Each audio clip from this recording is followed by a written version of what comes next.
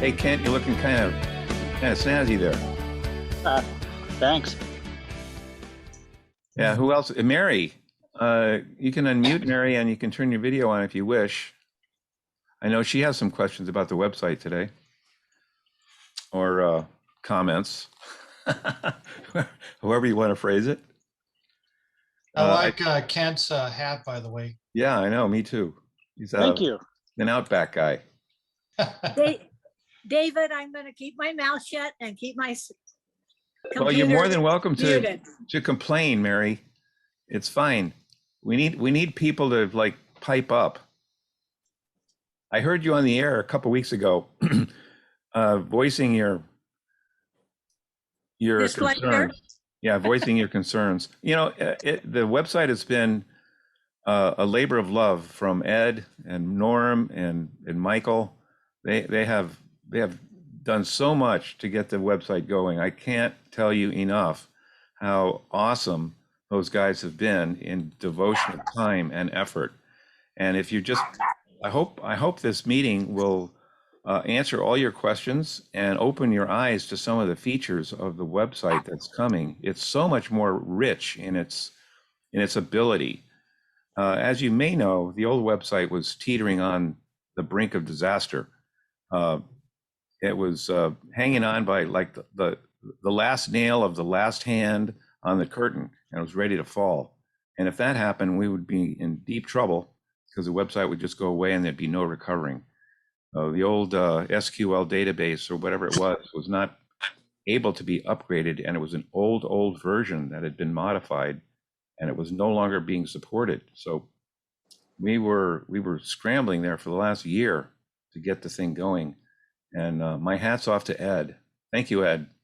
Did you get your phone call all taken care of? I got everything all sorted, so Okay. we're Wonder good. if Rex is here. I saw him. I heard him.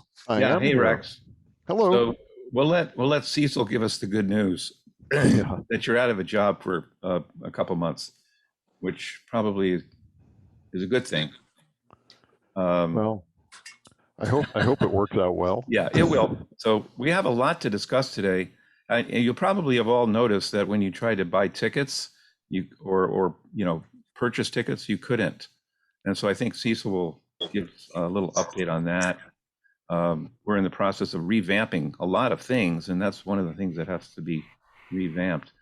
I don't see Cecil in the mix.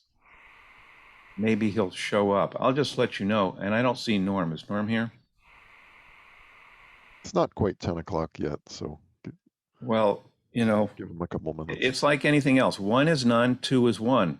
And I'm always like half hour early to everything. I'm never late. Well, barring like, creek rising and, natural disasters, I am very uncomfortable with being late to anything. So I'm usually the first one there. I won't say the last to leave, but I'm usually the first one there. Okay, that's just my insecurity. So I feel more relaxed, more comfortable if I get there early and then get my bearings. Plus, That's if you my plan whole to life. get there, if you plan to get there early and the creek does rise, it gives you time to get across it. Yeah, and then you show up usually on time. Yeah. So my work used to start at 6:30, and I was always there at 6. So just kind of a way I operate. All right, so I turned the Zoom on at 9. I saw a few people pop in. So let's see what we got. We got 50 here, so it's a little lighter than normal, which I figured would be. Let's see if Cecil's here. Is he off the phone and able to check in? I'm not quite sure. And Norm as well. Hey, David. Yes, sir. Yeah, one thing I would comment that I think that on the website, it needs to be a little easier to find the meeting because I was having some problems trying to find where to click on it to get registered for the meeting. Yeah, I noticed when I registered, there's a little thing. So you click on the box that highlights the meeting, then it says register here. You click on that, then it goes to another page that says register here. So it's like a double step. In the future, I think a lot of those things will be worked out. Yeah. It's just a little annoyance, I think. It works, but it could be smoother. And there's a lot of things like that just take time. So the most important thing I'll let you know right now is that the registration of people and the ability to renew their memberships and their ability to join is the most absolutely important things. And those are the absolute critical elements that the website served. All the rest of it is kind of fluff. So I know, just to answer your question about the data for the members, like I wanted to call Mary, and luckily I had her phone number in my, that I called her before, so I had it in my phone. But if I go to the website and I want to call Mary, I can't because that data is not there. So if you understand why this was removed, is because of the not HIPAA, but the privacy laws of California do not allow us to publish your information on the website for everyone to see unless you give expressed written permission. So what I would ask you all to do is to update your QRZ page, and any changes you make to that page, you're giving permission for others to see. So initially your QRZ page just has your call sign and your name and your address. And that address comes directly from the FCC database. So that's public information. But if you put any bio in there, or if you put your email address, then you're giving permission for others to view that and to use it. So that's the minimum I would say that we need currently is email addresses on QRZ. And then I think in the presentation, more will be revealed as far as how we can get other members' information. I think that's a work in progress. It wasn't a high priority initially, but I think it will become one, that we're able to communicate with one another, call each other, those kinds of things. I'll let you know, my phone number is 626-319-5566. Any of you here are free to call me at any time or text me. My email address is KK6M@ARRL.net, which is a forwarding service. If you're a member of the ARRL, you can get that forwarding service. I think it's a great benefit of Want to put that ARRL in membership. chat? Say that again? Want to put that in chat? Okay. Now, I don't expect all of you to do that.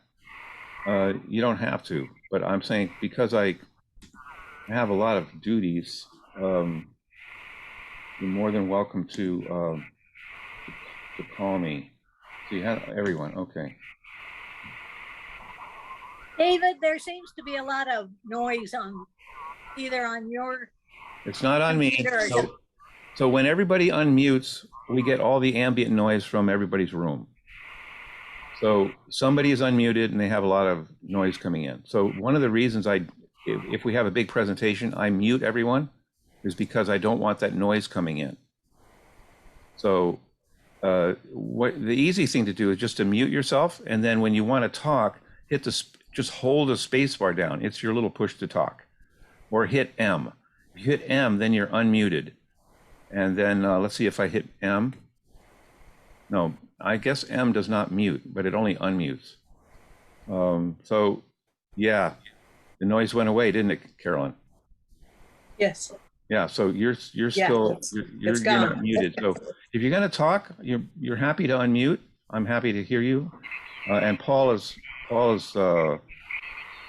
yeah, the noise is coming from Mr. Paul down there. And so if he mutes, let me see if I can mute him. Yeah, I can mute him. So I have the power to mute. I wish I could do that on the repeater system. Don't you wish you had a little button sometime? Just click mute. I just don't want to hear this conversation anymore. Let's mute it. Or in the household too. Yeah. At home. Okay. So what was I saying? Can you repeat your phone number? Yes. Okay. So I'm putting KK6M at ARRL.net and my phone number.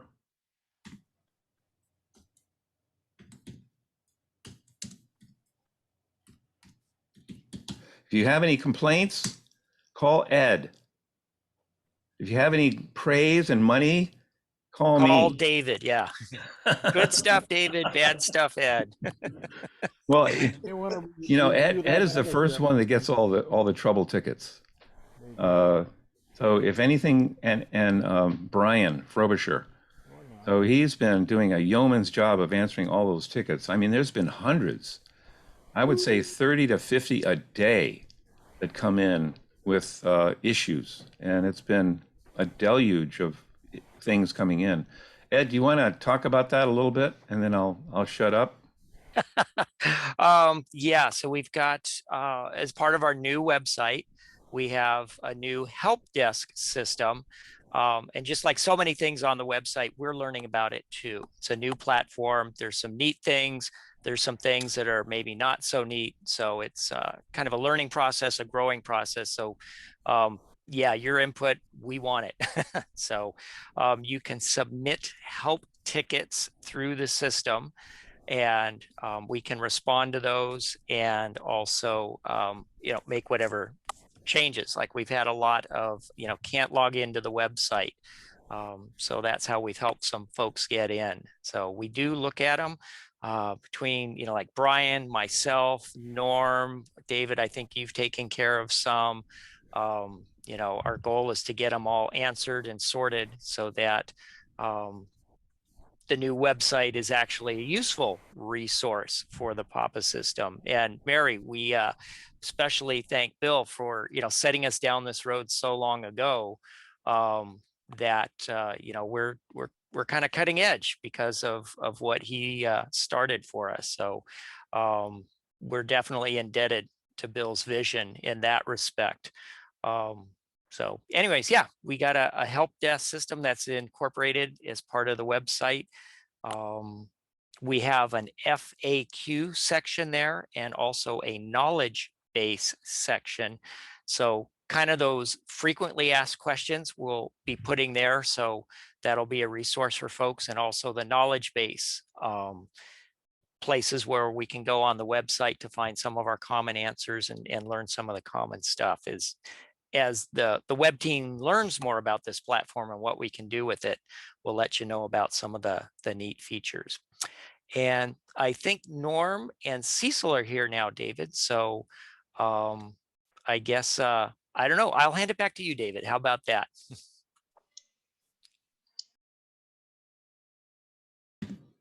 Okay, I was just wandering through the people here.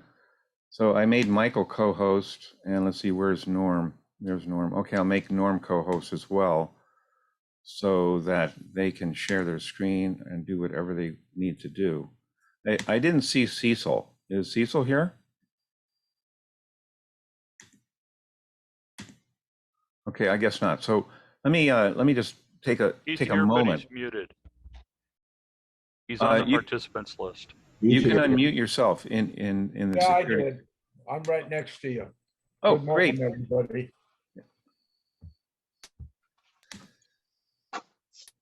Did you copy, Dave? Yeah, go ahead. Great. Well, good morning, everybody. Welcome to the Zoom session. We might have caught a few people by surprise on a recent thing that we just did. A decision was made to stop the door prizes and raffles and move it to the Fiesta, so we could have a grand Fiesta with lots of door prizes and all of that. The team is just overwhelmed at the present time. As Dave said, 50 trouble tickets, and we've had some issues, and rather than to dwell on the negative, let's look at the positive. We'll have a great Fiesta.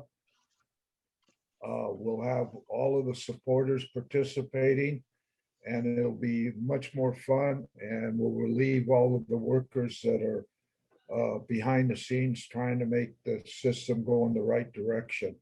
It was a late minute decision. Everybody that's purchased door prize opportunity tickets will get a full refund.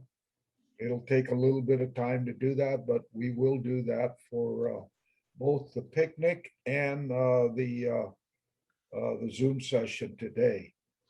And then we'll keep you posted on the fiesta, and we're going to just do it all up there. But I do have some good news. The good news is that we're proceeding ahead and planning for breakfasts and lunches. We've been able to acquire the best of the best restaurants in North County, San Diego, a restaurant, Cocina del Charro. I spoke to the owner.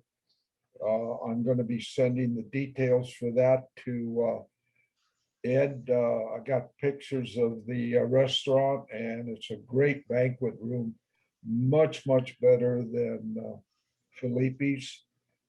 The service is better, the food is better, and the room will seat 75 to 100 people, and we'll be able to get up and walk around. We won't be packed like sardines. So it's going to be August 21st for the first luncheon that'll be held in North County, San Diego. Also talked to Patrick, and not this luncheon, but the following luncheon, we're going to resume VE test sessions there. So keep posted on the website. And again, the guys have done a fabulous job. But this decision to relieve some of the work with the issues we've been having is going to help significantly. Let's see. I'm going to give it back to David. If there's anything else that comes up, I'll jump in, Dave. But at the present time, I think I covered all of it. Back to you, Dave. Yeah, thank you so much, Cecil. Besides the teams that have been working, I got to tell you, Cecil has been working very hard as well. He's been on the phone constantly, and thank you, Cecil, for all the hard work that you've been doing. It's like as long as you've been doing this, you're still hanging in there. Thanks a lot. I really appreciate it, Cecil. All right, so right. Thank you, Dave. But I got to tell you, I wish I could take a picture and really, the team that we've got, bar none, has got to be the best in the world. And I tell you, one lifesaver that I've had is Rex. And I didn't get the word out to Rex till late last night. And I was thinking of a few other people I didn't get the word out. This was a last minute decision that we decided to do this. And but Rex has saved tons of hours for us. And we didn't even know how we were going to handle the picnic. But at this point, we're going to have plenty of time to really plan it and do a bang up job at the picnic. So Rex is going to get a little bit of rest. And once again, thank you, Rex. Back to Dave. Yeah, absolutely. Rex has been a real time and lifesaver here when it comes to these drawings. It's only a rest period, Rex. You're not off the hook. Yeah, so just to make sure everyone knows what's happening, we're not doing the raffle today, right? And in fact, we're not going to do it at future virtual meetings, as I understand it. But are we still going to do the raffle at the picnic? No, I'm sorry if I didn't cover the bases. Yeah, the picnic's off. The only one that we are planning will be the picnic, not the picnic, the fiesta. Okay. And Rex, we're going to, Christine's going to refund everybody back their funds that they, for the purchase of tickets. So we will not have a raffle today, nor one at the picnic, but the next one that we're planning will be for the, like we said, the fiesta. Question, please. Yeah, go ahead. Question. Yeah, see, so I bought some raffle tickets for the picnic. I was wondering if I can have them rolled over for the fiesta rather than having the money returned. Well, we thought of that, and I thought that might complicate things a little bit. I'm just going to ask Rex, at this point, I'm just going to stick to my decision. We're going to refund everybody their money at this point. I think it's just a lot easier for everybody and just get the money back to everybody and then start afresh for the fiesta. Yeah, I Thank you think for that's the idea. that's the ethical thing to do. We don't want to hold on to your money, Steve. You know, the $1,000 you put in, I want you to have that money back, so that you can buy some radios in the meantime. All right. Let's see. Let me turn it over to Michael and Norm. I don't know who's going to comment on it. I think they worked together on this. Is it Norm that's going to present, Michael, or is it Norm? Well, I was going to run through the slides I have, Okay. and then Terrific. I've only got, I think it's 6 slides. And then I was going to go to the website, do kind of a walkthrough of the features we have. And that's the part I'd like to have Norm jump in on and help out with. You muted yourself, David. Yeah, so Michael, you have the ability to share your screen. Okay. And we'll turn the meeting over to you, Michael. AF6FB, thank you so much for all the hard work you've done for the PAPA system in the past and going forward in the future. I want to express my gratitude to you from the PAPA system membership. You've done tremendous amount of work behind the scenes and in your DMR net. I don't think people understand how much work you've done actually for the PAPA system. One of the things that's kind of lacking is the recognition of the people that have done so much work. There's a few of us that do nets and things like that and are on the air all the time, so you kind of know who we are. And Michael does his net on DMR, but the guys that do so much work behind the scenes, I really want to make it a push that you guys recognize who they are and really give them the gratitude that they deserve. Okay. Yeah, so Michael. we could do a featured volunteer every month on the vMeetings. Well, I nominate Ed for the first one. Okay, thank you, Michael. Yeah.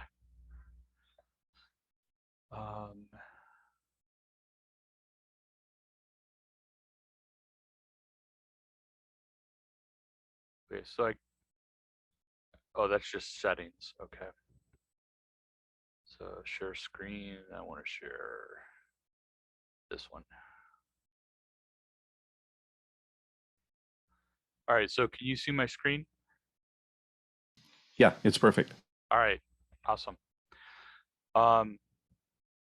Okay, so today I'm going to be talking about the new PAPA website. And let's just jump in. And how do I advance to the next slide? I just click. Okay, so an overview. Our goals were to move to a more modern platform, something that was easier to maintain, something where we didn't have to have as much custom code, something where the OS and the platform could be brought current. And as part of that, we decided to go to WordPress, and we decided to host it at WordPress so that we wouldn't have to take responsibility for maintaining the operating system that it runs on or the version of WordPress we have. And it's worked out well for us so far. It also has given us the ability to reorganize the site to make it easier to find information. And the biggest thing is that we have incorporated tools that allow us to manage memberships in an automated way instead of Cecil having to track everybody and do invoicing and try to cross-match PayPal records, that kind of thing. And then the final goal was to make it easier to use on mobile, small screen devices like phones and tablets. And that's using a technology referred to as responsive layout. Okay, so the transition, all user accounts have been moved over to the new platform. Our old platform encrypted passwords, so we were not able to move those over. Many of you, excuse me, have already come to the new site. You have to do the lost your password process to get a reset email and set the password you want. And once that's done, you're the only one that knows the password. So you can't send us a message and say, hey, can you tell me what my password was? Because we have no way to look it up. So just use the lost password feature there if you can't remember how to get logged in. We have, as mentioned earlier, we have had some issues. You know, we're all learning here. They're getting resolved as quickly as we can. And if you have help, if you have a suggestion, if you see a problem on the site, use the Ask Papa. It's available up on the top menu, and it'll send those trouble tickets in that Cecil was talking about a little bit ago. And it'll really help focus everything to a central place. This is much preferred over sending individual emails or text messages to people because it may not be going to the right person when you do that. So please use Ask Papa. What's missing? As Dave mentioned already, we removed contact info from the member roster. We are getting some flack for that, but I still believe it's the right choice. And as Dave said, please update your QRZ information if you want to be reachable. Forums have not been established yet. We're thinking about a few different paths for that, different tools we could use to establish it, and we just haven't settled on anything yet. So it is important, we understand that, and we want to get it going. We'll probably be doing a poll to ask members about some various options and what they think might be best. Repeater coverage maps are mostly there, but they're not fully implemented yet. So we'll have that coming up soon as well. All right, and now it's time to switch screens and do the website walkthrough. Okay, so initially what I'm going to show you is what the site is like when you're not logged in. And I'm going to focus on what some of the differences are. But let's just look at the home page for right now. So in the main section here, these big images that come up here are related to the top 3 articles that are in this section. So this is a blog, if you haven't encountered one before. And so we post articles here. And right now we've mostly got event-oriented articles, but we are going to start adding technical articles, personal interest articles, you know, about members or various activities members are working on. Somebody needs to mute their microphone. I'm getting some chatter in the background.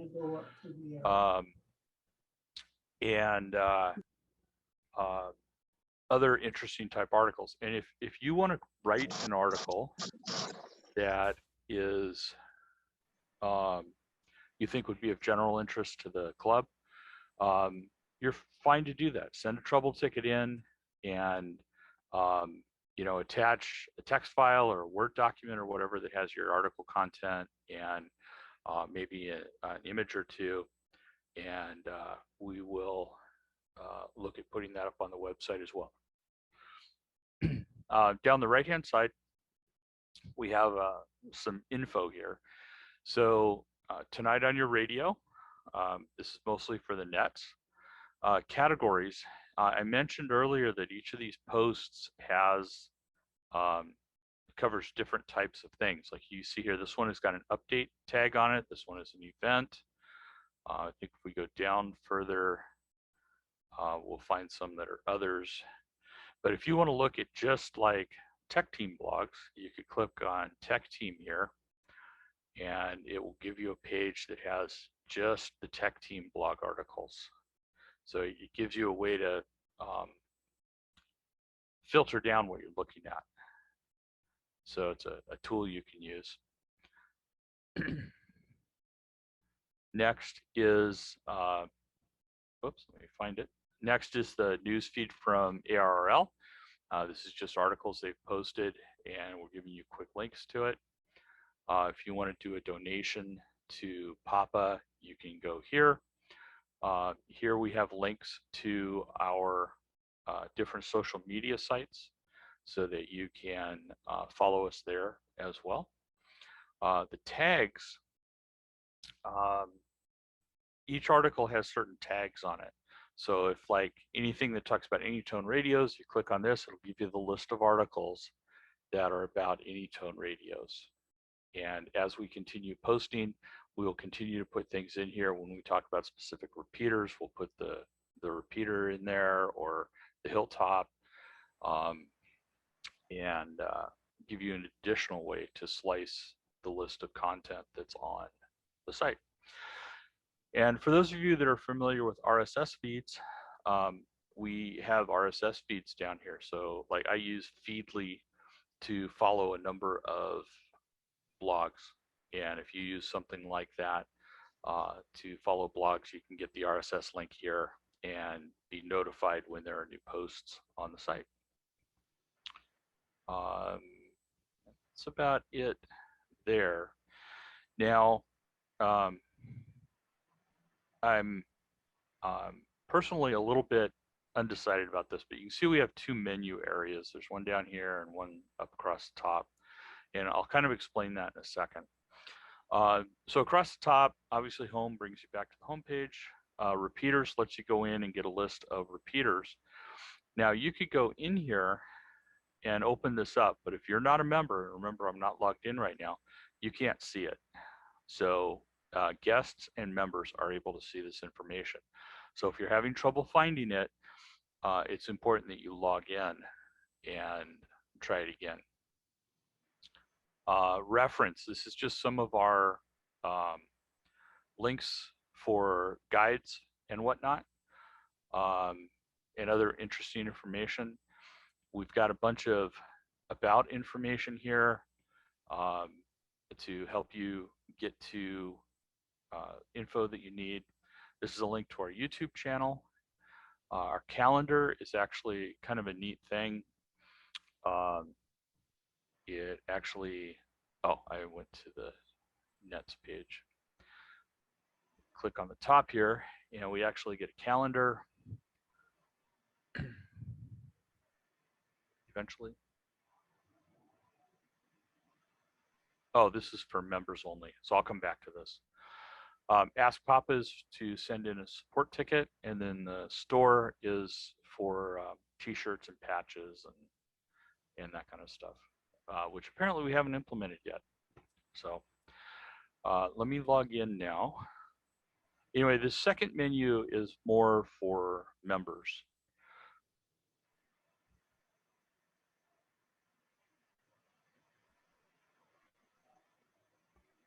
So after I log in, what you'll see is there's more information available across the top here. So just basic things are your membership status and your expiration date show up here. This is basic info about your account. Down here we have invoices. So as you pay for your membership, you'll be able to see the history of it here and get info about it. And all of that kind of stuff. Your profile, this allows you to change information about your profile. So you can edit this type of information. If you want to change your login name, like if your call sign changes, that you're going to have to send a ticket in for. And I'm not going to show you my account page. But up on the top, we get a few new things. We have the members only page. So we get a roster here.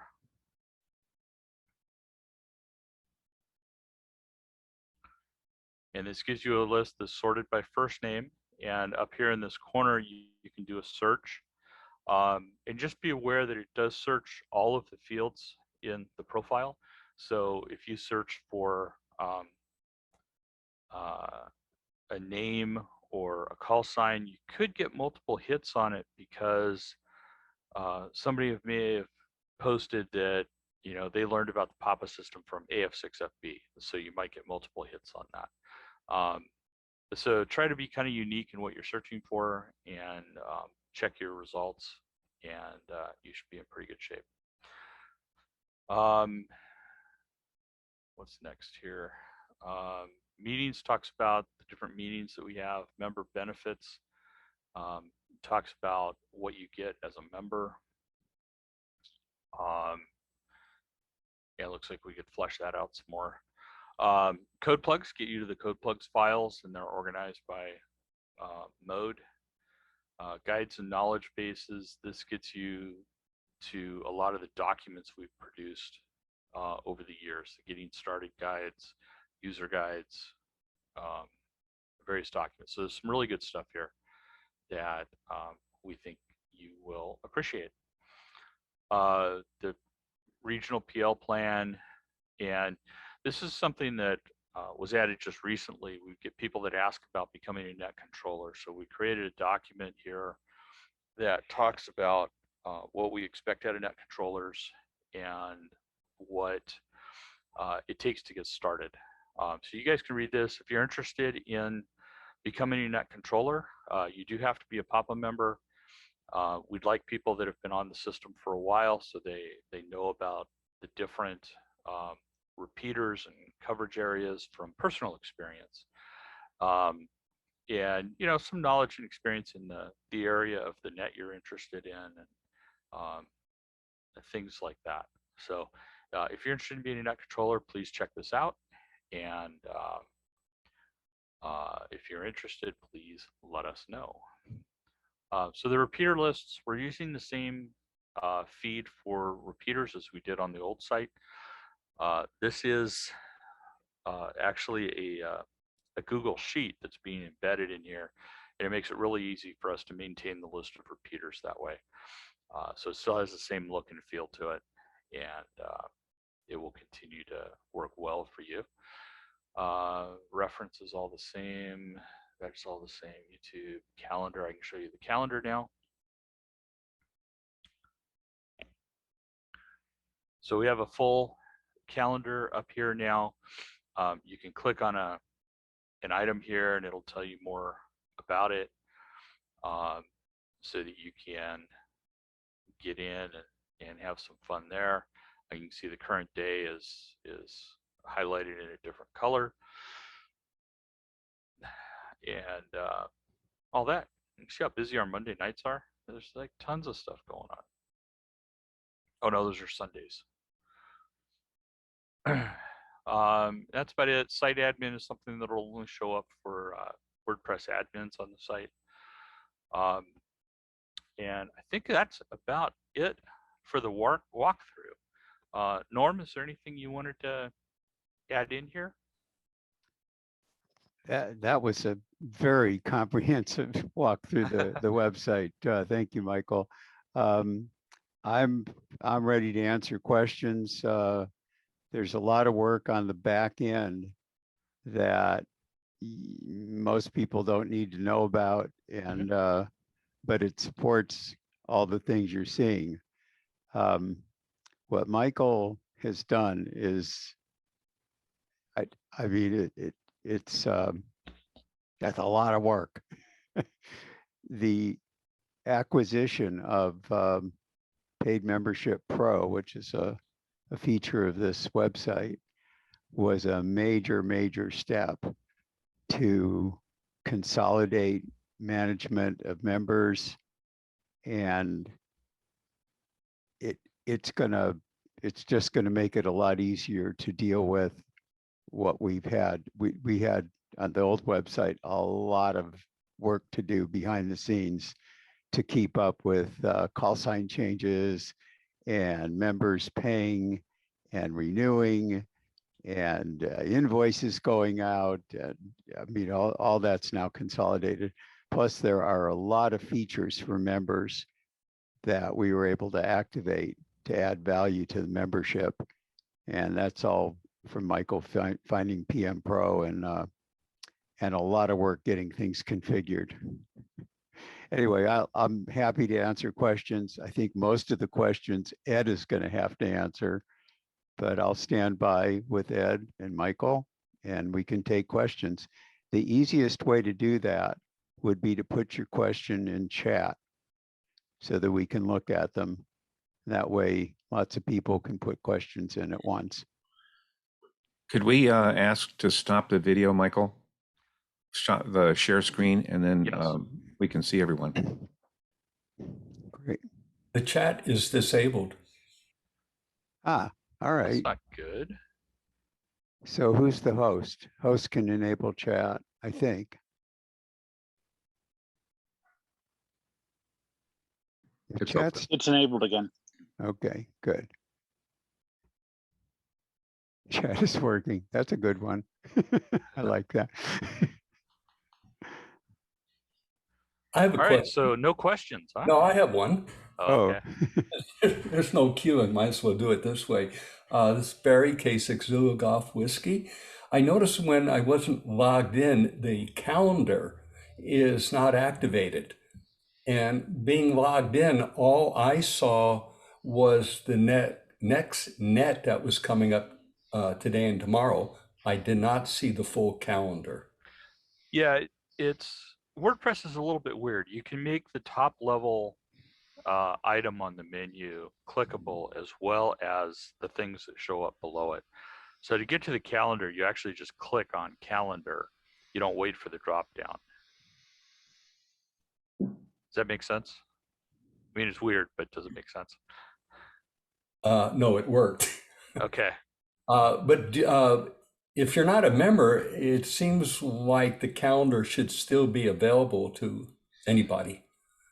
Yeah, so let me make a note of that, and we will discuss that amongst the group and see if everybody agrees on that. That seems to make sense to me as well, KC6N. The other thing is that I don't see my call letters on the top of the web page when I logged in.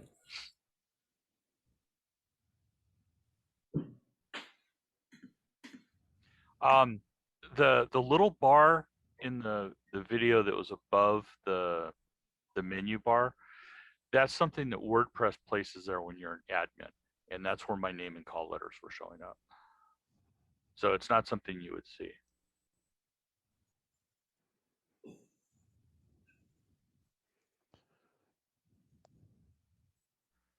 So for these little suggestions that we have, should we just put in tickets on those instead of bombarding you with them on this call?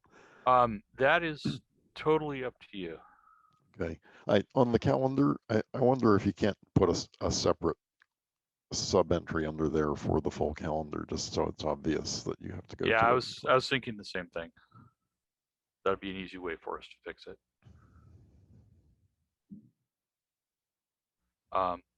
Okay, so we've got some questions coming up here. Let me go back to the top. We have someone that would like to download the roster.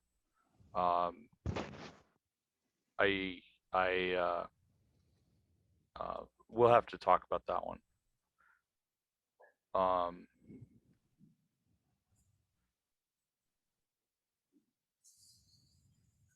I know a lot of clubs have that.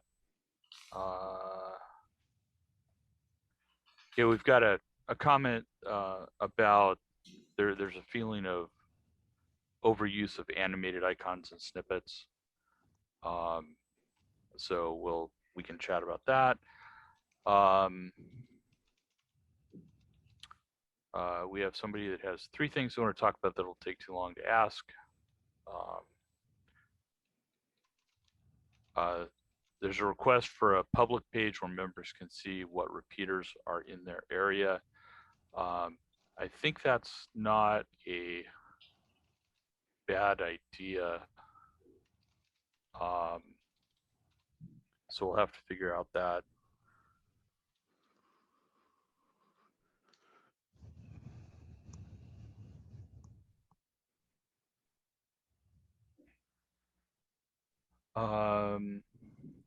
Tabs in the roster to get to the first letter of a person's name. Norm, you guys talked about that one a little bit already, right? Doing something like that to make it easier to navigate. Yeah. But again, I think if there's something in particular I'd like to see it in as a support request so that we can track it. Okay. I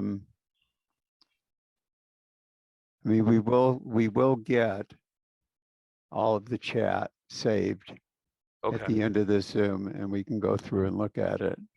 And we can take responsibility for posting some of these things as support tickets if we need to have them.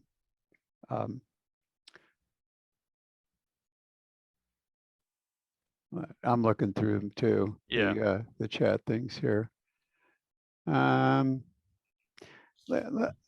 Yeah, RJ, you'd put a thing in there about you'd rather leave it up to the individuals as to what information they expose.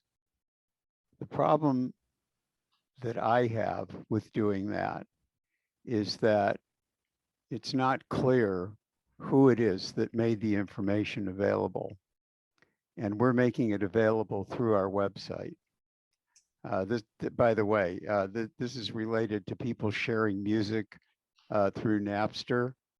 And ultimately, the person that was providing the vehicle, the website, was found at fault. This was a Supreme Court decision that my my daughter-in-law actually submitted.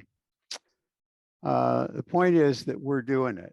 We're facilitating this on our website. We don't want to do that.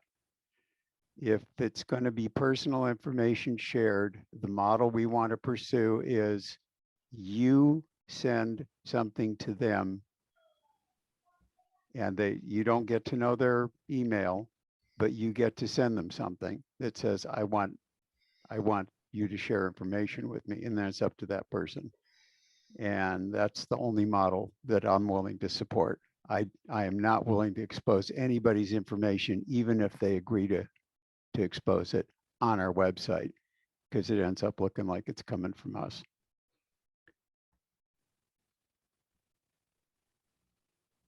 That was a major decision in how we set up the roster.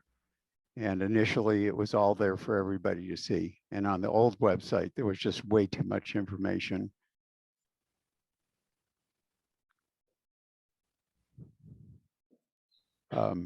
Possible solutions that we're looking at. One of them is that you can go into the forum capability of QRZ. And if somebody is registered on QRZ, then they've got to register with their email. Even if they don't expose their email on QRZ, you can contact them. So that works through the forums. We can post something that says how to do that. Another possibility is using Discord, which is another service, or using some other platform, some other platform that allows people to communicate with each other. Groups.io, for example, or Google Groups. Yeah, there's a lot of thought went behind this, and honestly, it sticks in a lot of people's craw that they can't find the information to share with another member. So what I'm suggesting currently is to update your QRZ website, your page on QRZ. I know a lot of you have never even looked at it, but it will display public information taken from the FCC, your license, your name, and your address that you used when you signed up for a license. Now you can edit your page. You can add in anything you wish. You can add in your email. You can add in your phone number. You can add in a bio. Now that information you have done, you've listed it publicly. So, or you can use the forum. Now the forum is another step once you get into QRZ. Now Norm and I exchanged information on the QRZ forum, and it worked very, very well. So that's a really good option if you don't want to display it publicly. But I suggest that you use your email in your QRZ profile at the least. And that way somebody can email you their information and you can exchange that way. So historically, I have a lot of your emails and phone numbers in my phone because I've contacted you in the past, but going forward, I won't have anybody's information unless I contact them on the air and ask them to send me an email or something. So we'll find a workaround. And it's very sticky in California. The privacy laws are very, very strict. So Norm's approach here is very appropriate. Believe me, this is important, right? We don't want to be doing things that are against the law. It's very important at this time. Okay. Go ahead, Norm. That's all I had to say on that. People wanting, somebody wanted to get a dump of the whole roster. That seems possible. It's certainly doable, but not through anything that's surfaced on PM Pro. In other words, that's not a feature that we've got up there. But And Norm, I think we need to talk about whether we want to allow that or not. yeah. Here's the problem, and we've already encountered this. We've got some very, very gregarious people in our community who want to be able to reach out and talk to lots of people.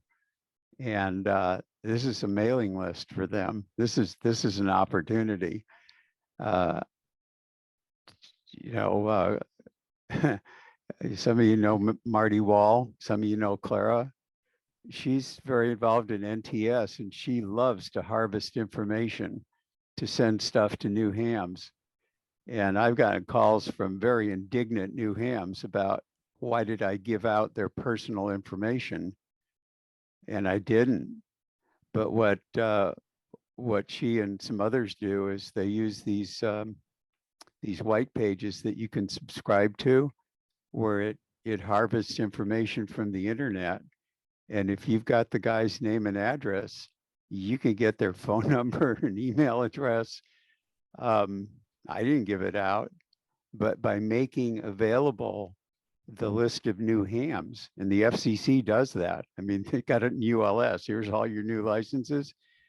She goes in there and has people phone them and congratulate them. Well, some people were really, really upset with that. I mean, some people say, wow, cool, I got a call, but some people see it as an invasion of privacy. So putting out a mailing list, even though I'm not supplying the information, that might be problematic.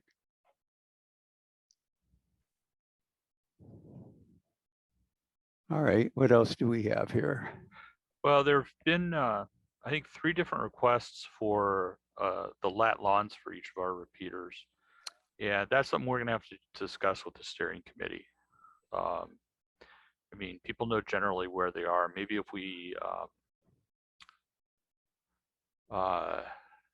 remove or change the specific location so you can't determine which building it's associated with or something like that is something we could do.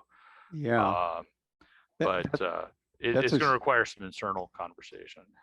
Agreed. And we had that before where somebody actually determined the aerial view and they zeroed in on the building, and we're putting out information like that.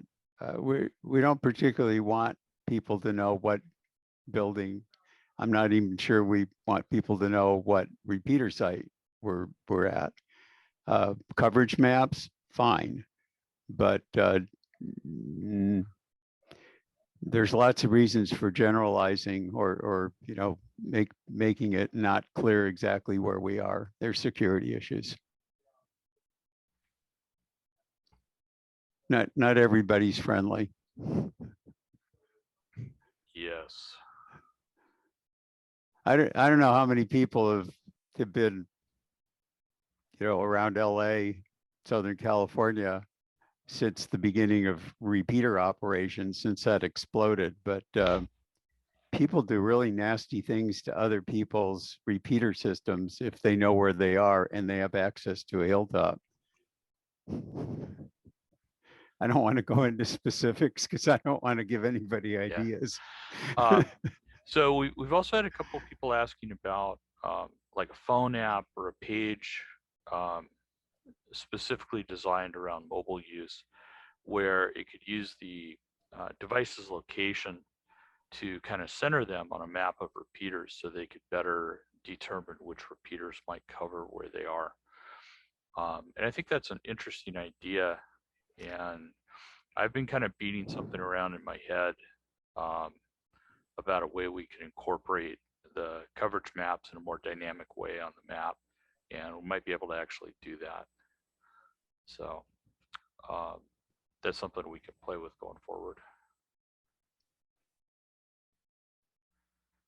But I think we've covered the gist of all the questions up here.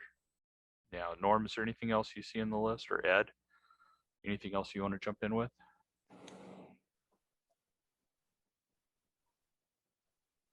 You're muted, Ed. Yeah, Mary wants to ask a question. Yeah, is it possible for a list on the website of who's who in the zoo? Who's on the steering committee, etc.? Oh yeah, that's actually Yeah, some of I've the had that same thought a number of times. And yeah, we the should requests I've definitely- gotten is actually who's in charge, who's on the board of directors, Yeah. who's, you know, who are these people, and who are the people on the steering committee, who are the people that do the nets, and you know, with any kind of information that they wish to post. Like I would personally, if I was listed in as a net controller or somebody on the website, I would put my email in there, but that would be a personal decision. Well, maybe not. Maybe Norm wouldn't let me do it. Okay, whatever the steering committee wants to do on that one, but the names definitely should be there and the call signs. That's what I think. And I thank you, Mary. Yep. No, I agree. Because the only other contact we have is call Cecil. Yeah, well, that keeps all of our other phones from not ringing. we could have him call Mary. Well, I've got an answering machine that has a response that you probably wouldn't like to hear. Uh-oh. I think Lou had a question. Yeah, I was going to throw out there, you know, as a member of the Magic Castle, we have a members, you know, a castle website very similar to Papa's. And something that they did early on when they first came out with it was they just made it a choice whether you wanted your information to be public or non-public. I don't know if that's a feature that you guys could possibly throw in there. I don't know if that would help or give a member a choice to make it public or not public. Yeah, maybe you heard Norm's rebuttal on that. Norm, you want to repeat what you said earlier? Oh, yeah, I didn't catch that. Sorry. Yeah, Lou, it really doesn't matter whether you're the one that said we can expose your information or not. It appears that we're exposing it on our website. Oh, I see. Okay. And that even went to the Supreme Court for things like sharing music, and they blamed the website host. You know, it's hard to distinguish between the website host decided to expose it and we got your permission. And how do we know it's your permission? Well, you clicked something. You could come back and say, well, I didn't do that. Or you could say, I didn't know that that's what it meant. And the website people didn't tell me I was exposing it. I just don't want to have anything to do with that. If you want to know somebody's information, get in touch with them anonymously. Facebook has a way to do that. Discord has a way to do that. There's lots of vehicles that we have where you could get a message to a member and ask that member for information. Then they can do that externally, but I don't want it on the website in any form.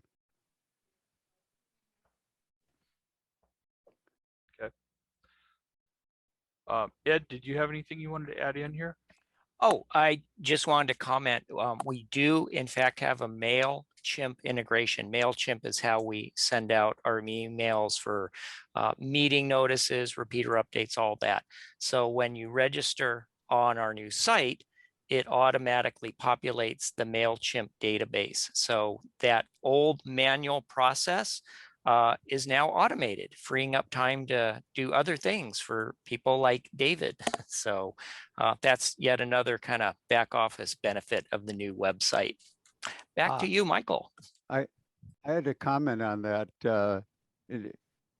It's timely. We have had maybe 1% or 2 people that got in touch with us and said, I did a password reset and I looked everywhere and it's not in my spam folder and it's not anywhere. I just didn't get the email. And we looked into it and it turns out that the email address that we have on the website is one that they don't use anymore and they never bothered to update it. So we don't know. We don't know that you went to a different email address. The other thing that we have is somebody changed their call sign and never let us know. And so our accounting system didn't cover that. You change your call sign, you need to let us know. We can change your username to match your new call sign.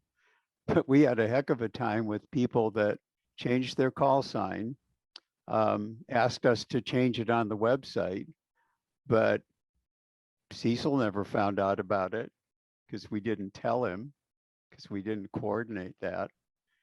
All that goes to PM Pro, where we make these changes. It all gets accounted for on the website, and it synchronizes with the MailChimp stuff. But in any case, if you change your email address, please change it in your profile so that you can continue to get emails and get the notices from MailChimp.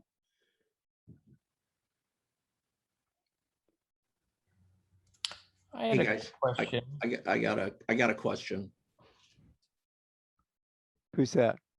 That's RJ. Go ahead. It's me. It's RJ.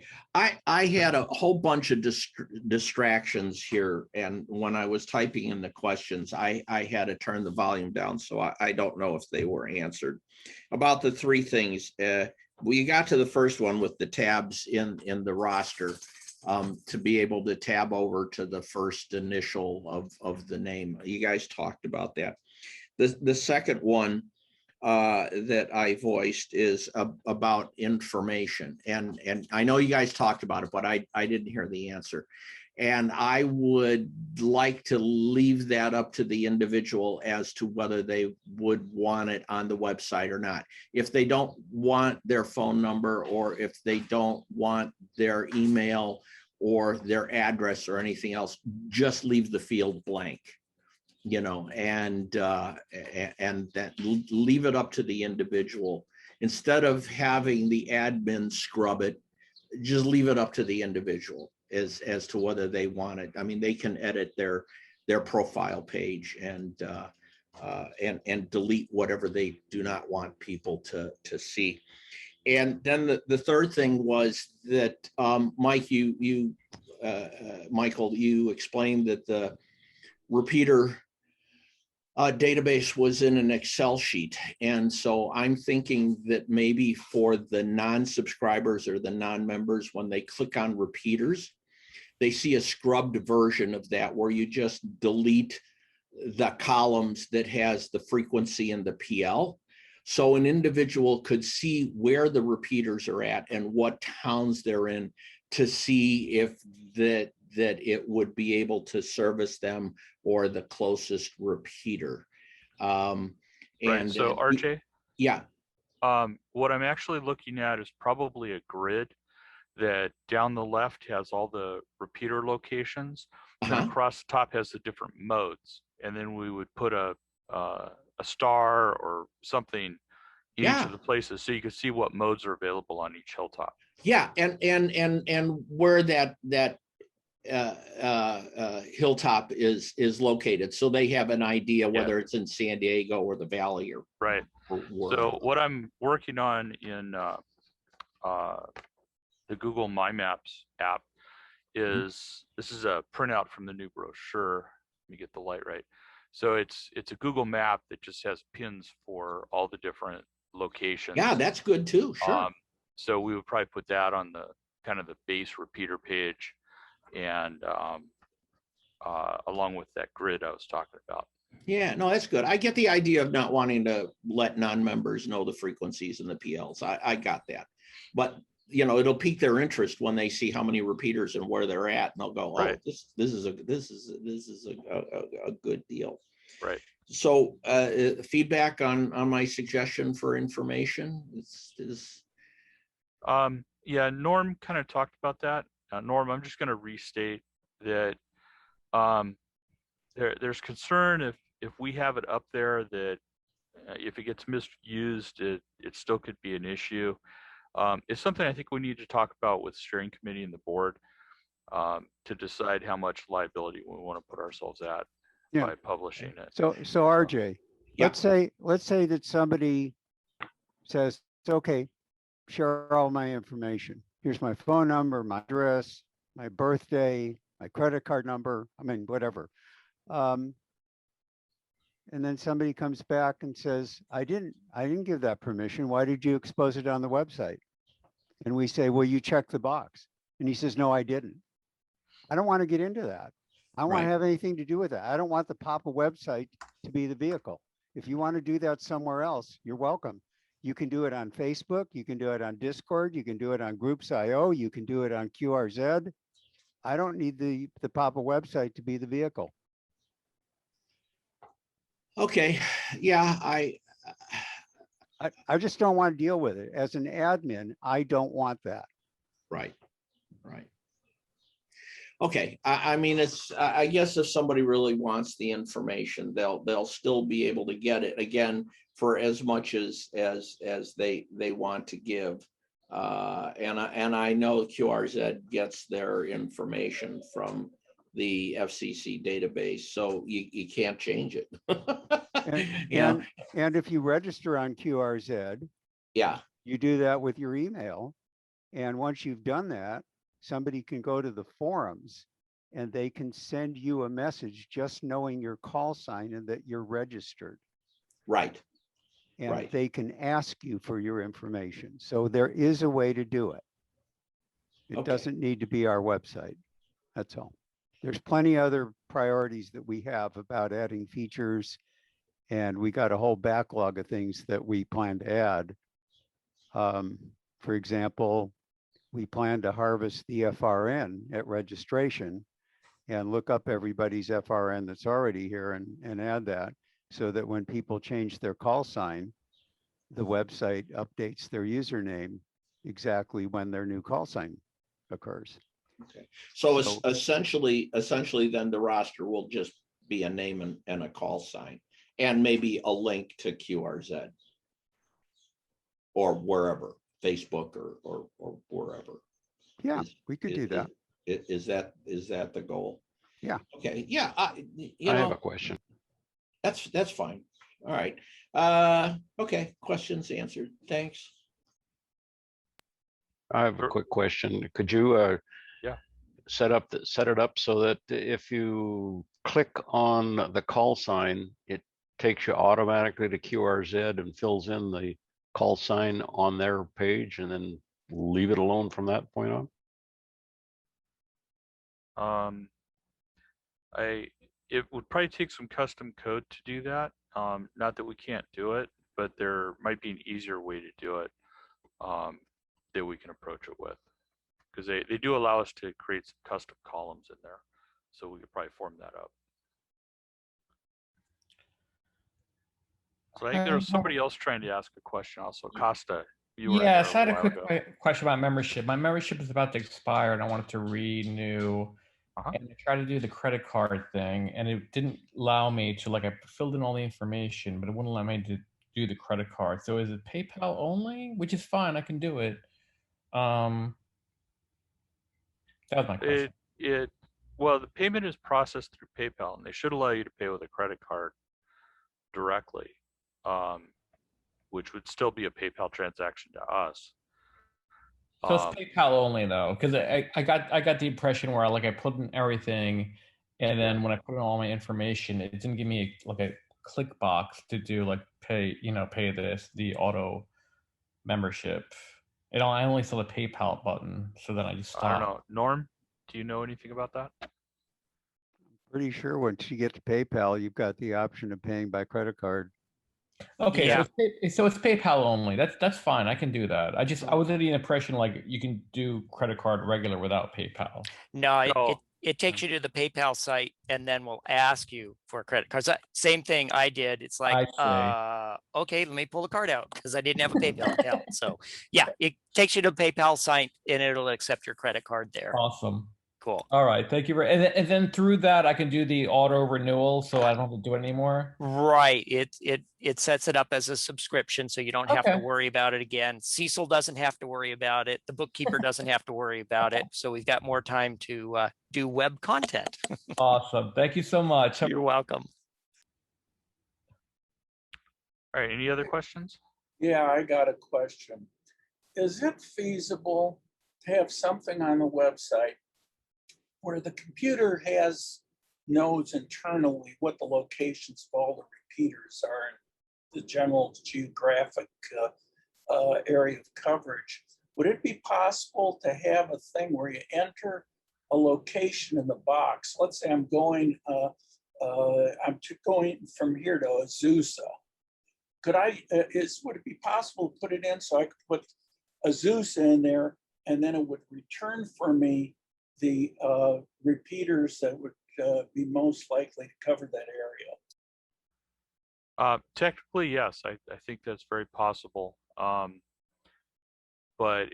that's going to be pretty far down the list because we've got to get some geo programming done to do that.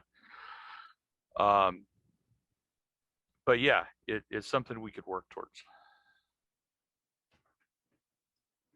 So I want to put a request out there. Please don't direct message me in the chat here because I need the other people to see these questions as well. Yeah. There. By the way, there's several questions about what repeater and all. Our repeaters, I believe, are publicly listed in RF Finder, and the ARRL has a travel thing where you say what your itinerary is, where you're going to be, and you get a list of repeaters. So that functions there, isn't it? Yeah, it's there through somebody else, just not on our website. Yeah. And our Finder is great, but it doesn't let you say, I only want to see the popper repeaters. So I think Cecil had a comment. All right. Yeah, for those that have DMR has a feature that will automatically take you from one site to the other. You won't have to do a thing. And so that's a feature that I don't know how many people realize that we have with the DMR system. So you could start out at San Diego and end up at Santa Barbara and never have to select a repeater. It automatically switches. Your radio will automatically switch for you if you have Motorola, that is. Cecil, how do you invoke that feature? I never heard of this before. It's called roaming, and Motorola, Hytera, and Anytone radios all support it. It's a neat feature. Okay, so my Anytone would not support it then. Yeah, Anytones support it. You bet. On an Anytone, how would I? Let's say I'm going from Buena Park to San Diego. How would I?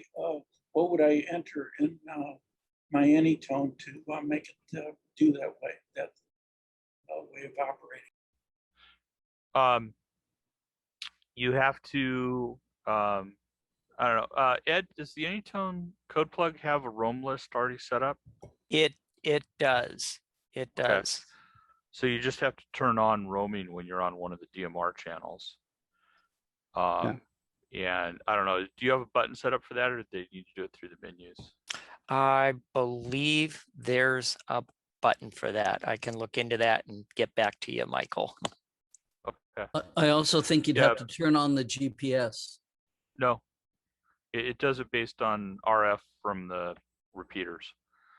But it only supports DMR, so that won't work for analog or D-Star or P25. Yes, Michael, but DR mode with GPS works for D-Star. Yes, but it doesn't automatically switch. Correct, but it does give you the list. Yes. So anyway, I think we're getting pretty far off the website here at this point. Any more questions? Oh, well, hey, Connor. We had one. Nat had a question. Go ahead, Nat. Oh, yes, thanks. Appreciate that. Quick question with regards to the membership and donation and such. If you pay by credit card or the PayPal, how much percentage is that going to be deducted? Because throughout the years, I've been sending checks to directly to Cecil, and I think that might create a little work on him, but I was just wondering. I don't know, Cecil, do you want to respond on that? Since we're a 501c3, Nat, it's 2% deducted. 2% of the donation. Like the dues is like just under $3. That's like $2.59 for $125, whatever that percentage is, but it's under 3%. Oh, okay, thank you. I am sending a check to the pop-up system PO box in San Marcos. So Yeah, can you imagine all the paperwork that goes on with sending a check? I think it's worth time and effort for Cecil and the secretaries and all the people back there for $2.50. I would think it would be much better just to do it through PayPal. But that's my personal opinion. So how much is it worth for Cecil to spend that time doing that paperwork?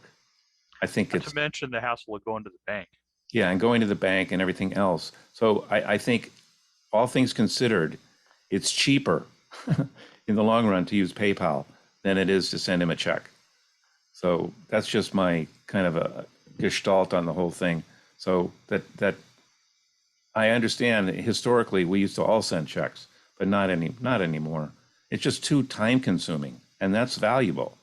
And I know Cecil he won't say don't send a check, but I'm suggesting that it's too much time on their part, Nat.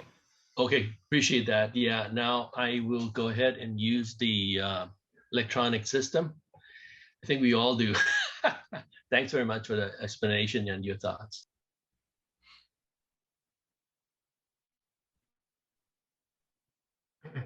All right, any other questions? Question. I had a question I posted in the chat. Okay.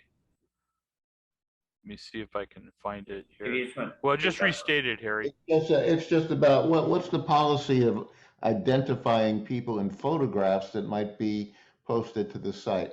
I personally have a problem with that because those photos can wind up anywhere in social media. Yeah, so we don't post a lot of photos. We'll probably have some overview photos from like the Fiesta. And if we have guest speakers, we'll post and identify them. Is there a particular image on the website you're concerned about? Oh, no, nothing right now. I just, since we have the new site and then there will be many new policies and there will be pictures posted, I'm just curious. Okay. Yeah, it's something we hadn't really talked about. So then for a waiver needs to be signed if any picture of a person will be posted on the website. So that'll be something that the steering committee will discuss. We'll make sure that there's a waiver available. And if somebody does not want their picture posted, then they won't be posted. Simple. It's not just a matter of the picture posted, it's the ID, identifying the person. In other words, if I'm sitting there in a crowd and nobody identified me, I couldn't care less. But if somebody puts a picture of me up there with my name and just my name even, it's not something I would understand. Then there'll be a waiver process for that. So yeah, and that's not something we've typically done in the past. Usually the only time we identify people is if it's part of like the net controllers group or like I said, a guest speaker, something like that. General overview shots at a meeting, we don't take the time to identify those people. Okay, very good. Thank you. Yep.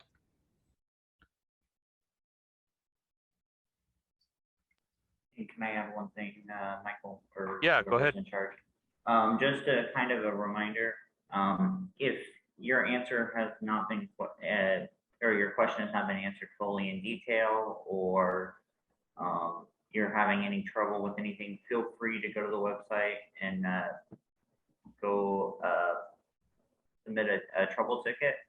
And I know the team will have a lot more time after today to look at that, and we'll let you know some maybe a progress of where it stands. So. Michael, can I jump in for a second? Yeah, of course. I'd like to ask all of you that are listening at this point, not to forget that this group is amateur radio. And amateurs have always been helpful. God forbid if you got a question and you think about it when you're driving and you got your radio, reach over, turn it on, put your call sign out and say, hey, I got a question regarding this. Who knows? Maybe there's 10 other people listening on amateur radio or the Papa system that has, I don't know how many repeaters we have, but there's a lot more listeners than we have people reaching for the microphone and talking. So if you got a question, just for the hell of it, pick up the microphone, say anybody around that can answer this question. God, that's a novel idea. That's what you got a license for, to use the amateur radio. Anyway, that's my 2 cents on the topic. Go ahead, Michael. All right, Cecil. I'm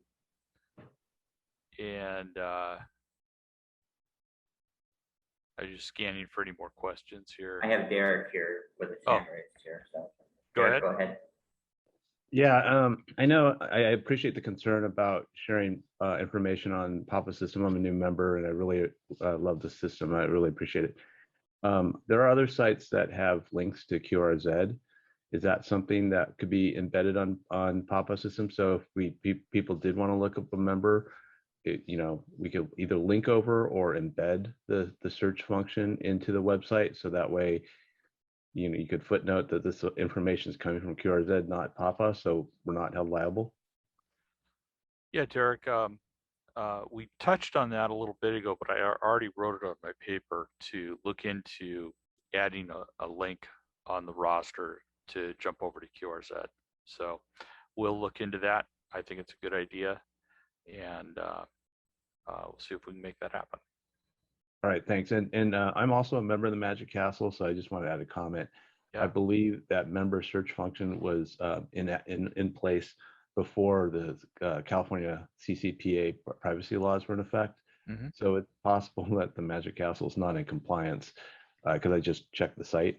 So I appreciate the comment, but I think it could also be that CCPA laws are more stringent than what was in place at the Magic Castle. All right, thank you. All right, any other questions? Last call for questions. I have a question for Norm. Go ahead. Yeah, this is Paul. The subject of linking to QRZ has been brought up twice. The first time it was brought up, I was watching Norm's facial expressions and body language, and it was screaming at me. So, Norm, you had such a well-formed opinion on severance relative to personal information and the website. What is your impression of creating some kind of a nexus between QRZ? Would that not, in effect, be tantamount to providing the information ourselves? What's your opinion of that, Norm? I think it's fine if somebody gets personal information off of QRZ or a link in QRZ. That's very clear that they did it there. I just didn't want to expose it here because I don't want to track permissions and I don't want to track who says what. I don't want to make it my administrative responsibility That was it. It's very personal. I've been involved with the Papa System website for a long time, and I've been involved with people ringing my phone and saying, you gave out my phone number, you gave out my email address, and I didn't. And I just like to minimize the number of people that come back to me and say that it was through my website. So just to be clear about it, you would not have a problem then with having a link on our website to QRZ? Oh, not at all. And as a matter of fact, I don't even mind having something that says, look up this call sign on the internet. And if you do that, by the way, you get like all of the FCC publication that a transaction occurred with that call sign. If you've not spent a lot of time on the FCC website, there's a wealth of information there about the history of Ham, where he's lived, what his call sign has been, how much he's moved around, how many times he's changed his call sign, and even things like people that have more than one FRN. And yeah, there's a lot of information you can get on the FCC website that you can hide. You can actually ask the FCC to take out some of that stuff. But yeah, people that get their license and give their home address, that's there. Just in case anybody didn't know, it's going to be a requirement to give the FCC your email address and keep that email address up to date. That will become the primary way that the FCC communicates with you. As far as we know, that is not going to be publicly available.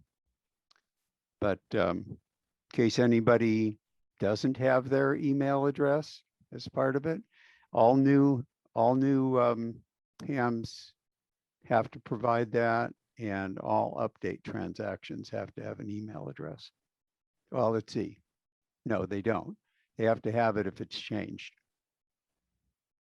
Norm, here's an idea. Why not, if you post the QRZ.com link, why don't you also post the call sign lookup page on the FCC website along with it? That's a good idea, because navigating the FCC website to do a call sign search is problematic. I've sent people there, just, look it up on the FCC website, and that's not enough information. Yeah, that'd be a great idea. When I'm operating, I keep both the FCC and QRZ websites side by side on one of my computer screens. And that way, if something doesn't seem right on QRZ, I can go to FCC, and I found, I verified some illegal operations more than once by ending up on the FCC web page as the ultimate arbitrator. Yeah, Connor, Connor, are you still here? Yeah, what's up? Yeah. Do you have Richard Bateman's API link that looks up people? You're pretty close. If you could, I was just looking for it. If you have that close to hand, it's very cool. Richard Bateman has been very instrumental in facilitating online exams. He wrote exam tool software, and the people operating that, administering it, have a lot of need to look up things. In the course of all the things he did, he wrote an API that goes directly to the FCC ULS database, looks up stuff, and returns it to you. And it's really easy. We could easily put that up with his permission. You just add the call sign to the end of the this URL, and it comes right back to you with the list of information. You don't even have to go to the FCC website. Do you have that? I was just looking for it. We can post it later. Yeah. Okay, well, let's table the discussion about the QRZ links and whatnot. Are there any additional questions about the website itself?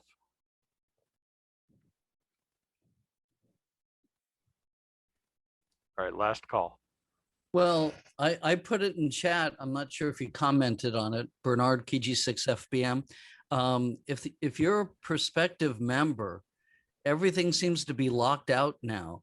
So what's the advantage of someone that wants to become or thinking about becoming a member going? You can't see what repeaters are in your area. You can't see what's on the calendar. You have no idea what nets are available. Why would anybody join? Yeah, that's a really good point, and we definitely need to do a better job there on the site. So that's on my list as well already, to better market our capabilities to non-members and non-guests. So thank you for bringing that up again, though.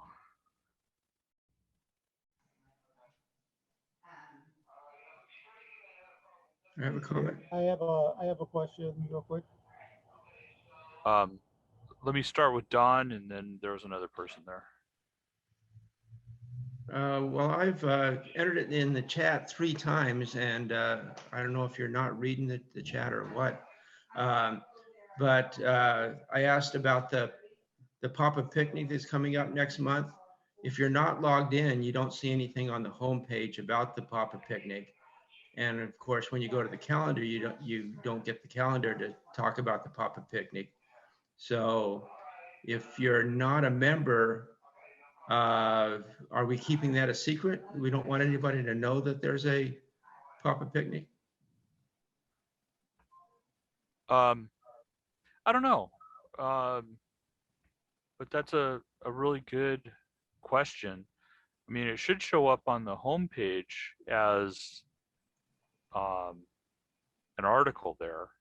It's an article on the homepage if you're logged in, but it's not an article on the homepage if you're not logged in. Really? Hey, Michael? Yeah. Or am I the only one that that's- doesn't see it when I'm not logged in?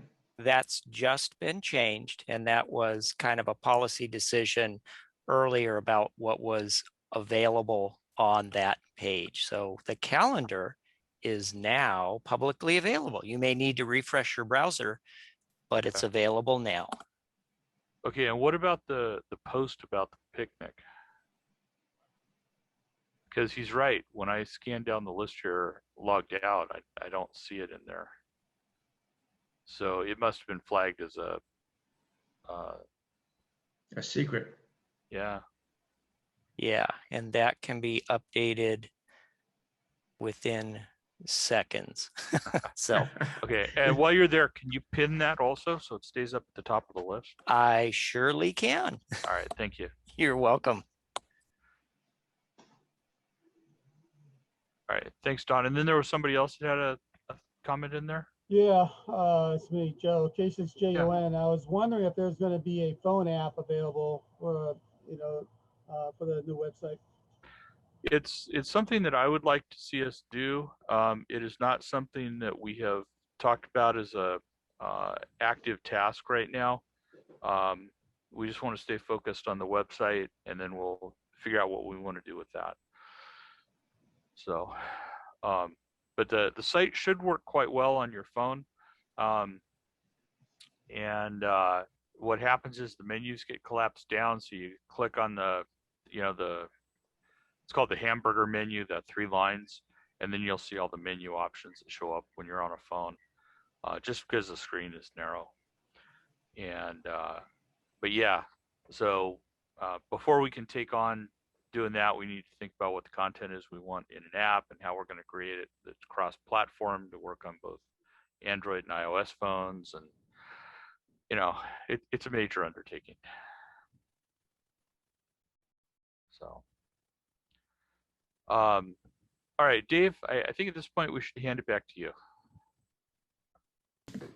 Okay, well, again, if you have any further questions or comments or suggestions, just go to the website and submit a ticket.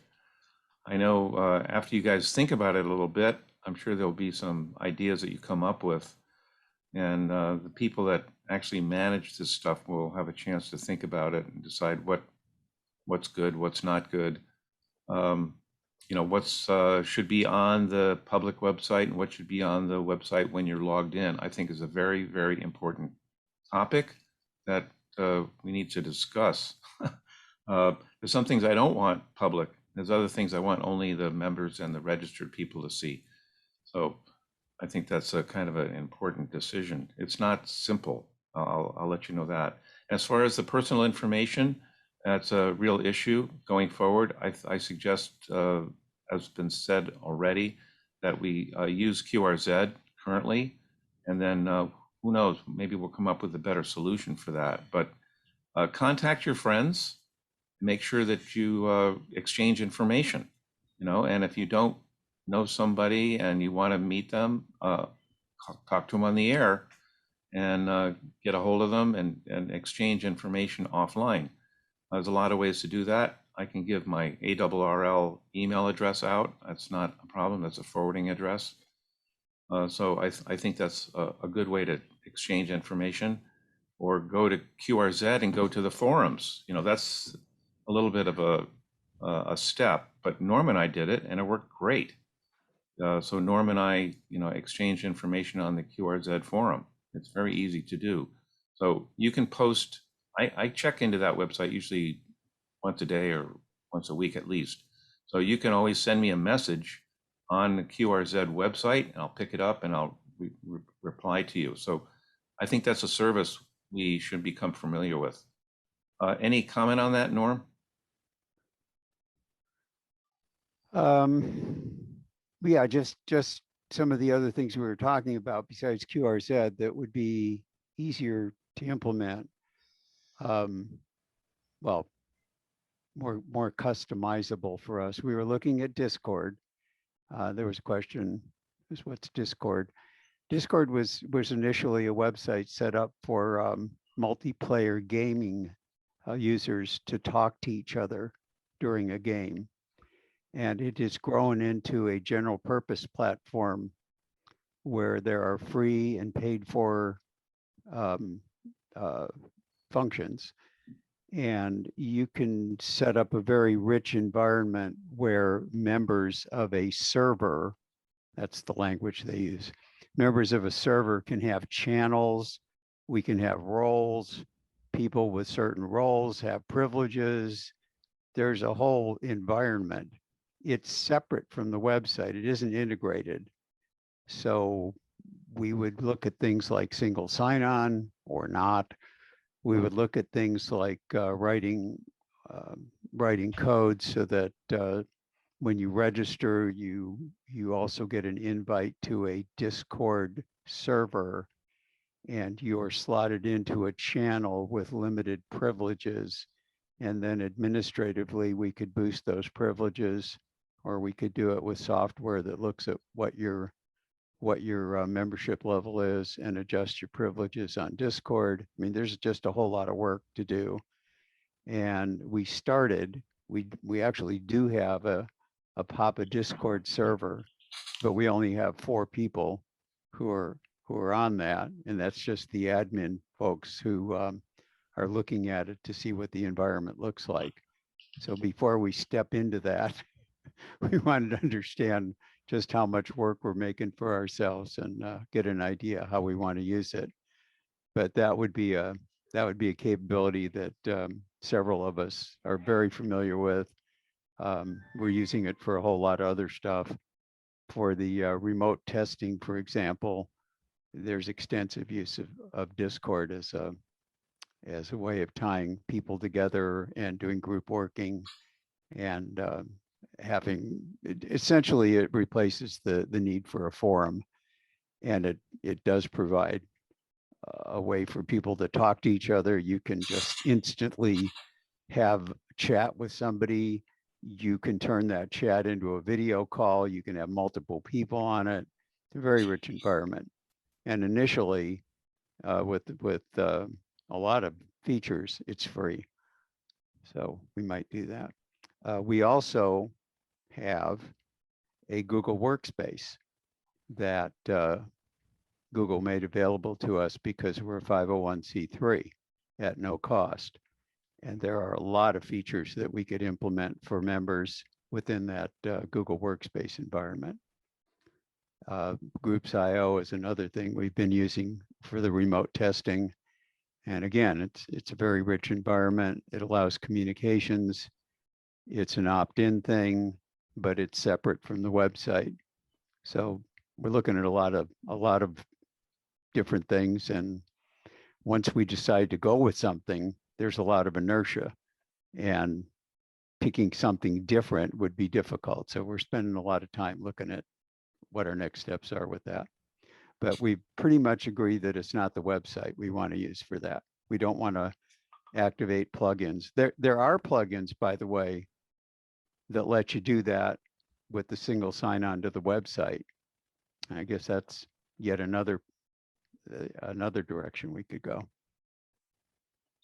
Okay, so a lot of discussion. So please send your suggestions. Go to the website, sign in, and if you have any trouble doing that, please let some of us know, and we'll help you. Is there anyone that's not signed in to the website here? I'd like to know. Anyone that's not been able to sign in and register at the website? Anyone here? Wow. Good. That's excellent.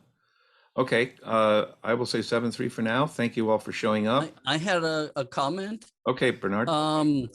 If you're absolutely paranoid about giving information over the air, you could create a Zoom account, a Zoom meeting, and give that person over the air that number and then the password. And you would just let that one person in your Zoom meeting, and you could talk and chat and give information up the gazoo if you wanted to, and just don't let anybody else in the meeting. Zoom is wonderful.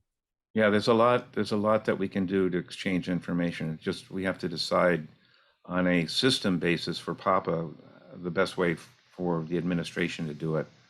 You know, on an individual basis, you can share your email address, your phone number, whatever on the air if you wish.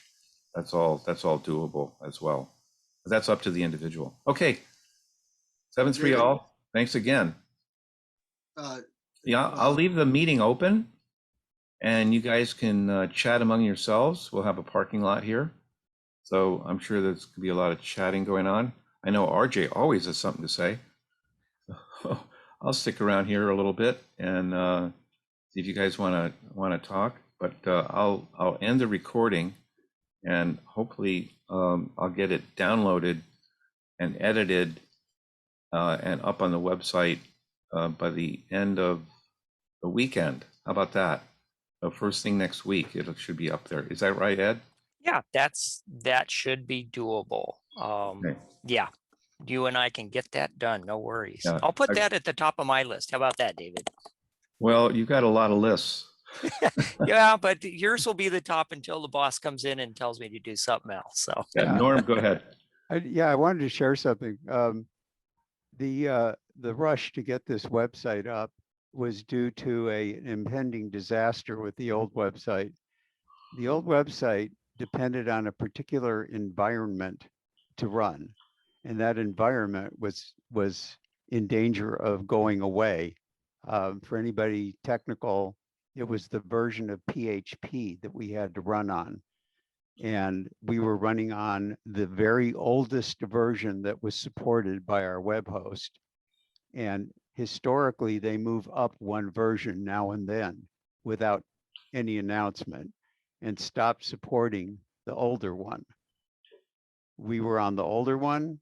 If they moved up one level, the website didn't work. We experimented and found that it just didn't work at all. So the rush was, how can we get something up and available and usable so that when and if that happened, we could be on the new website. So there's a number of features, like for instance, the store, that aren't aren't there yet, but we know that we can get them working. We just had the first priority of get something going where membership can be supported. And we've got that much. So there's a lot more coming, and we expect that to happen in the next few months. And But just to piggyback on what Norm said, there's a lot of custom scripting that Norm and Tom W6JFC did that made the old website have the magic that it did. Stuff that was really completely beyond what that platform supported. So when that version of PHP changed, all the cool stuff they did would just go away. So that was part of the rush. And we've actually moved to a platform that, I don't know, maybe they looked at our website because a lot of that cool magic is integrated in it. So a personal thank you to Norm and Tom for supporting the old site and making it as cool as it was. So anyways, we're in a much better place today. Here. Yeah, thank you guys. Specifically Ed, Norm, Michael, and Connor, and a couple others that worked on the website. I really appreciate it. The membership thanks you greatly. The check's in the mail, by the way. Okay, So you can all have a unmute. question for Norm. Are you happy with WordPress, or is your goal to go back to PHP someday? Oh no, I've wanted to go to WordPress since before we went to vBulletin. I even built a WordPress site and said, here, don't go to vBulletin. Look, you can do it all here in WordPress. And I got outvoted. So I have been frustrated with the previous platform. It required a really steep learning curve, and it was very difficult to recruit and retain people to do the administrative back end stuff. I mean, it was really hard. We had some people that mastered the whole thing and were very active and useful for about a year and then disappeared. We cycled through a whole bunch of those people. WordPress is way more ubiquitous. We can find people to bring in and work it. However, having said that, we now have, let me use the word plethora of plugins that have to be configured. And a whole lot of the magic now is in WordPress plugins. And so you might know WordPress, but you also need to become familiar with all these plugins. So we've, in a way, exchanged one problem for another. But yes, I'm very pleased that we're on WordPress. Norm, could you answer? Norm, could you answer a few questions for me about WordPress? Because my personal website, I haven't been able to update it since 2010 because no one still supports HTML other than display my website as is at the time they switched over and made HTML obsolete. Is there any way that my HTML code could be imported into WordPress and so I could reconstruct the site from what I already have? Because I know that this is what my web host uses, WordPress. Yeah, that's a whole separate subject, but yes, I've done that. I even had a customer, I had a client who whose whole website was done in Flash, which is no longer supported by browsers. But I was able to screen scrape the content and reproduce it in a WordPress site. It just was kind of painful, but yes, that can be done. Okay, I'd like to talk to you offline about that when you have a little time. I'll email you my phone number. Sure. Thank you. David, I have a comment about one of our past meetings, please. Yeah, go ahead. Yeah, looking at your background caused me to remember our Geocron meeting. I just want to tell you and the others that after that meeting, I was so impressed that I reached out to a friend of mine who's an administrator with Costco and also has the beginnings of interest in ham radio. And I pointed him in the direction of some of Patrick's online information. I put those two together, and this past Wednesday, Patrick's presentation was given to the buyers at the Los Angeles meeting.